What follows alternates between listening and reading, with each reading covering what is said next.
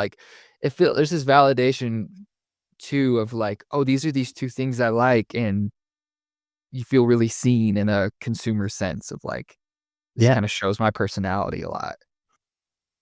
To your point, I saw this funny clip on social that was with Believe in the Run, and I think it was Running Warehouse, some kind of like, you know, interviewing them about their hot takes in running.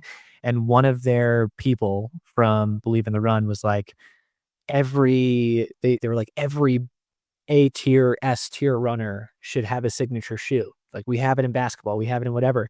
And like that's a whole other can of worms to get into. But to like speak to the Courtney side of things, that was in the works before I ever got there.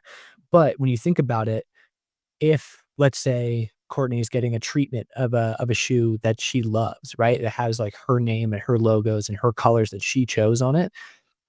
It's just a different way that you can tell the story about the product in itself, other than saying like, here's a shoe on the shelf. This person really likes it.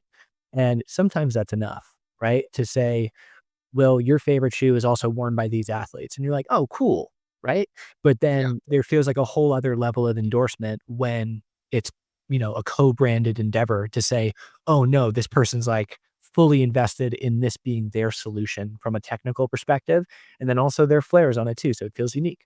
But, I think when the basketball space, there's those current talks about, are we oversaturated in basketball from a collaborative shoe thing?